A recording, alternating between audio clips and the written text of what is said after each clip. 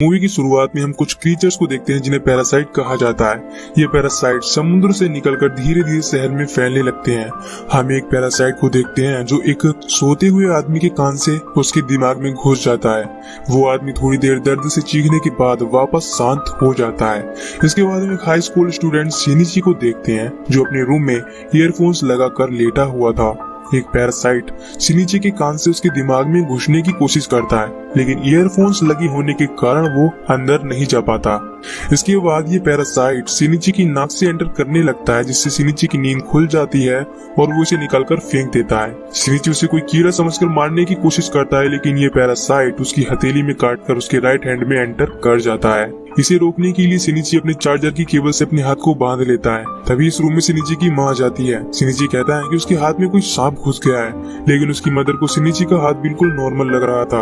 वो कहती है कि तुम रात भर तेज आवाज में म्यूजिक सुनते हो, इसीलिए तुमने कोई बुरा सपना देखा होगा। शिनिची भी यही समझता है और वापस से सो जाता है।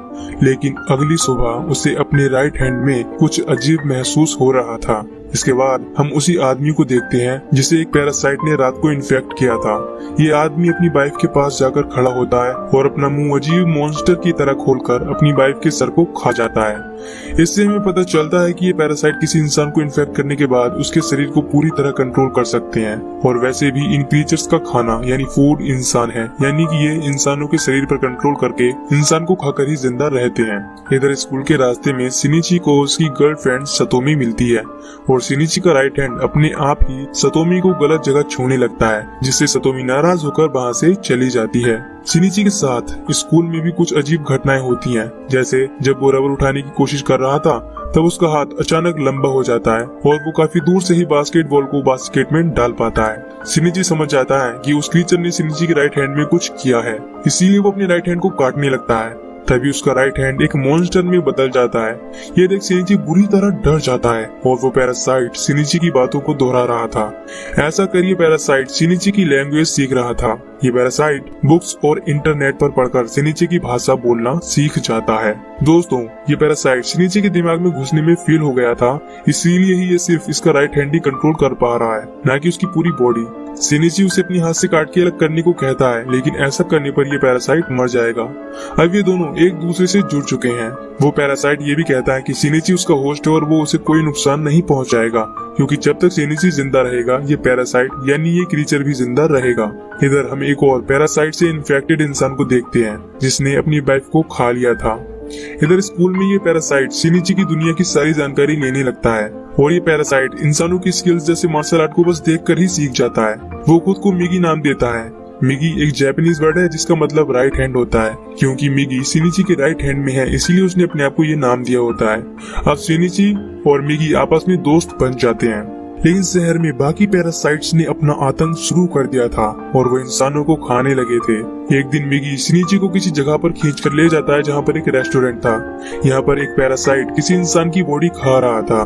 मिगी सेंस कर सकता था कि उसके आसपास कोई पैरासाइट है या नहीं। ये पैरासाइट मिगी को देखो से अपना दोस्त समझता है, क्योंकि मिगी भी पैरासाइट है। लेकिन जब इसे पता चलता है कि मिगी इस इंसान को पूरी तरह इन्फेक्ट नहीं कर पाया है, तो वो शिनिची को मारने के लिए आगे बढ़ता है। शिनिची भी यहाँ से भागने की कोशिश करता है, लेकिन वो नहीं भाग पाता। इस पैरासाइट का सिर भी एक मॉन्स्टर की तरह खोलता है और वो शिनिची पर अटैक कर देता है। लेकिन मिगी शिनिची को बचाकर उस पैरासाइट का सर काट उसे ही मार देता है। ऐसा करके मिगी ने खुद की जान बचाई होती है, क्योंकि अगर किसी पैरासाइट का होस्ट मर जाता है तो उस पैरासाइट की भी मौत हो जाती है। टीवी पर लोगों के मरने की न्यूज आ रही थी, लेकिन पुलिस ये पता नहीं लगा पा रही थी कि इन लोगों को मारा किसने है। उन्हें यह नहीं पता होता कि ये काम इंसान की शक्ल में मॉन्स्टर का है, यानी पैरासाइट का है। शिनिची मिगी से कहता है कि उसे अपने दोस्तों को रोकना होगा, यानी कि मिगी को बाकी के पैरासाइट को मारना होगा। वो इस तरह से इंसानों को नहीं खा सकते। इस पर मिगी कहता है कि वो बस अपना खाना खा रहे हैं। जैसे इंसान दूसरे जानवरों और वेजिटेबल्स को खाते हैं, ठीक वैसे ही पैरासाइट इंसानों को खाते हैं और उसके हिसाब से इसमें कुछ गलत नहीं है। अगले दिन असेंबली में मिगी शिनिची को बताता है कि इस स्कूल में भी एक पैरासाइट घुस आया है और ये और कोई नहीं उनकी नई टीचर तामिया रियोको थी और वो भी शिनिची को पहचान जाती है। स्कूल के बाद तामियो शिनिची से कहती है, तुम्हें मुझसे डरने की जरूरत नहीं है। शिनिची पूछता है कि तुम स्कूल में किस इरादे से आई हो। इस पर तामियो बताती है कि मैं बाकी पैरासाइट से अलग हूँ और मैं यहाँ किसी को नुकसान नहीं पहुँचाऊंगी। मैं बस इंसानों की जिंदगी जीने के तरीकों पर स्टडी करना चाहती हूँ। वो शिनिची को दो और पैरासाइट से मिलवाती है, जिनमें से एक पुलिस ऑफिसर है और उसका नाम मिस्टर ए है और दूसरे का नाम शिमादा है। तामियो मिगी से कहती है कि वो मिस्टर ए के बच्चे की मां बनने वाली है और पैरासाइट क्रीचर होने के बाद भी उनका बच्चा नॉर्मल ह्यूमन है और अगर वो चाहे तो इंसान के रूप में इस दुनिया में हमेशा रह सकते हैं। उन्हें बस इंसानों को छुपकर खाना होगा। वो मिगी को भी अपने ग्रुप में शामिल होने को बोलती है, लेकिन मिगी मना कर देता है।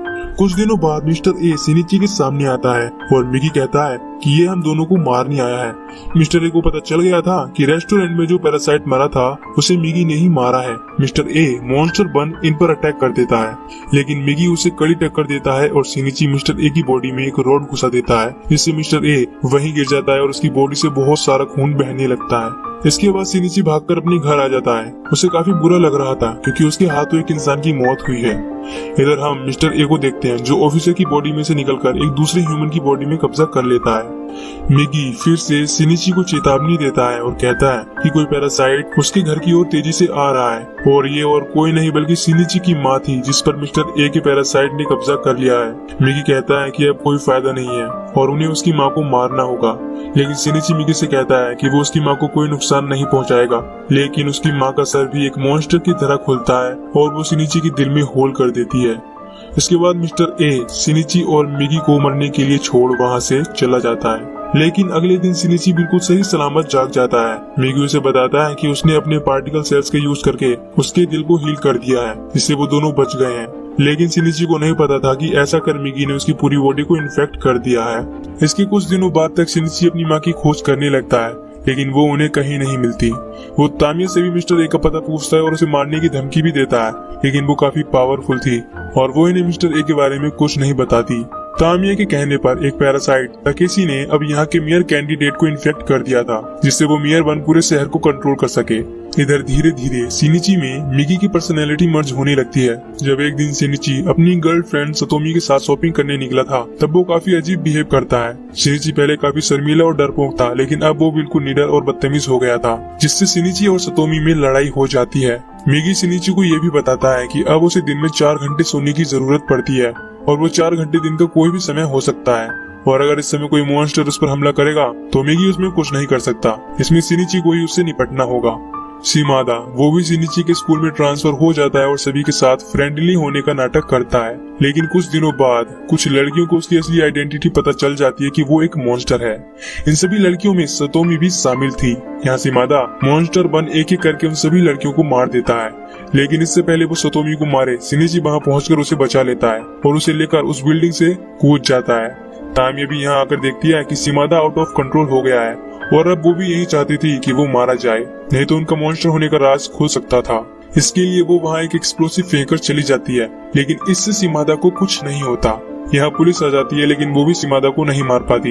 इधर सतोमी को एम्बुलेंस ले जाने के बाद मिगी शिनिची को बताता है कि शिमादा स्कूल की छत पर जा रहा है, इसीलिए शिनिची एक दूसरी बिल्डिंग पर चढ़ मिगी को एक धनुष बनाकर शिमादा को मार देता है। तामिया शिनिची को फिर से मिलती है और वो उसे मिस्टर ए का एड्रेस दे देती है, क्योंकि वो नहीं चाहती थी कि शिनिची उसे और उसके बच्चे को मार दे।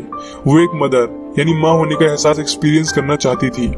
अब एड्रेस लेकर शिनिची मिस्टर ए तक पहुंच जाता है, जो अभी भी उसकी माँ की बॉडी में है। शिनिची उसे मारकर अपनी मदर को आजाद करना चाहता था, लेकिन इसी समय मिगी सो जाता है और शिनिची को अकेले ही मिस्टर ए से लड़ने कहता है। मिस्टर ए मॉन्स्टर बन शिनिची पर भारी पड़ रहा था, लेकिन उसकी माँ मिस्टर ए पर थोड़ी देर के लिए कंट्रोल कर लेती है, जिससे शिनिची उसकी गर्दन काट देता है और मिस्टर ए और उसकी माँ दोनों ही मारे जाते हैं। इसके बाद हम देखते हैं कि तकेशी पैरासाइट मेयर के इलेक्शन जीत गया है और अब वो पूरे शहर पर कंट्रोल कर सकता है। साथ ही तामिया और तकेशी के पास हम एक मिस्टीरियस पैरासाइट गोटो को भी देखते हैं, जो कि काफी पावरफुल है और शायद इनका लीडर है। शिनिची अपनी गर्लफ्रेंड को देखने हॉस्पिटल में जाता है और वहीं पर फैसला करता है कि वो सभी पैरासाइट्स को ढूंढ ढूंढ कर एक एक करके मार डालेगा। और आखिर में हम विंडो के बाहर से एक जासूस को देखते हैं जो शिनिची पर नजर रखे हुए है और वो शिनिची और मिगी की तस्वीर भी ले रहा था। यहीं पर पैरासाइट पार्ट 1 खत्म हो जाती है।